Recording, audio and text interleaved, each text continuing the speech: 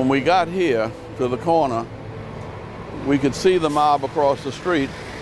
I asked everybody to stay here, and I don't know what possessed me, but I actually thought I could reason with them. We'd been there before, but this particular night, we realized that they had created a human barricade at where we normally cross over. I don't know that people of my generation fully understand the gravity of what went on in the 1960s in St. Augustine. Okay. It's not a racial thing. Black kids don't know either. That's right.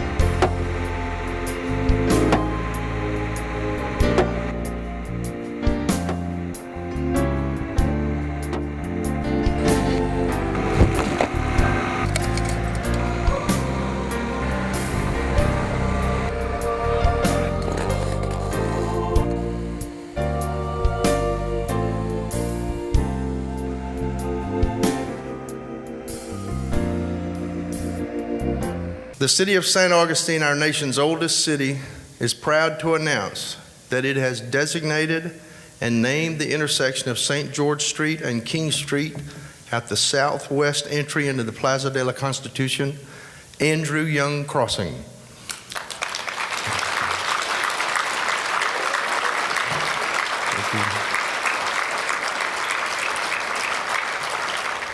The city was interested in us getting involved to create a monument for Andrew Young Crossing. I said, who's Andrew Young? Of course, being 25, I first turned to Google to figure out some stuff about you, and it didn't take long before I was thoroughly impressed.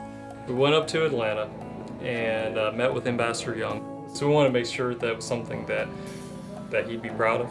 We're telling the story. We would like to use your footsteps. My next question was, could I take his shoes and stick a bunch of black ink on it so that he could walk across this white piece of paper? We could get a realistic impression of his shoe print.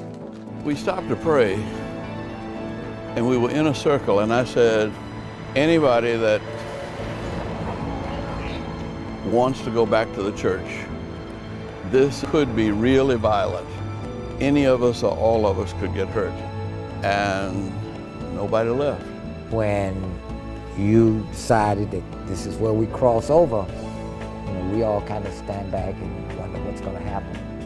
To get castings of your footprints in bronze that would be inlaid into the concrete. They struck him and knocked him down and began to kick him and so forth. The last thing I was thinking about was my feet. Somebody had hit me from the blind side across my jaw, and another blow came down on my head, and frankly, that's all I remember.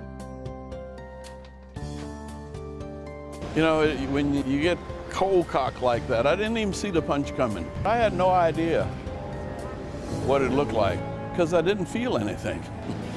I could be a professional shoe inker. We're in Elberton, Georgia. It's kind of either granite or farming, is what most people do, and we chose granite. The reason for that, we have a vein of granite that we're sitting on that's 35 miles long, 6 miles wide, and 2 miles deep. Geologists tell us that's enough granite to fill the Rose Bowl 2 million times. We produce more granite memorials than any other place in the world.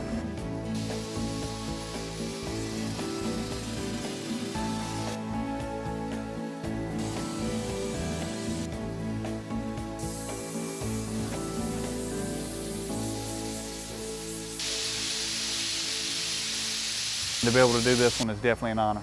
All of the pieces that actually have the quotes on them. It's the quotes from Ambassador Young, it's the quote from President Johnson, it's a quote from Martin Luther King Jr., which I think is a really inspirational quote, and one that he actually said here in St. Augustine, which is exciting. We have allowed the idea of nonviolence to work through us and transform dark yesterdays into bright tomorrows.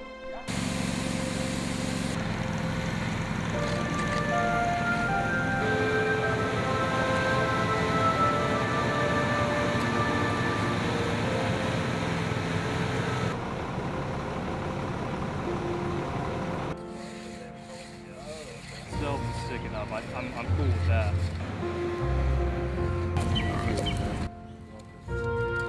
freedom, nonviolence, equality, and justice. Yes. I didn't know when we got up to Atlanta if this was going to work or not. It ended up working, so we were excited.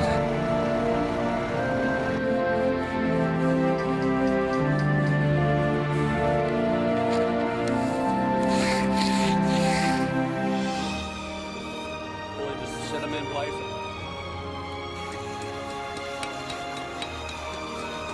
Either walk with you in your footsteps, or you can walk beside you. And I think that there's symbolism in both.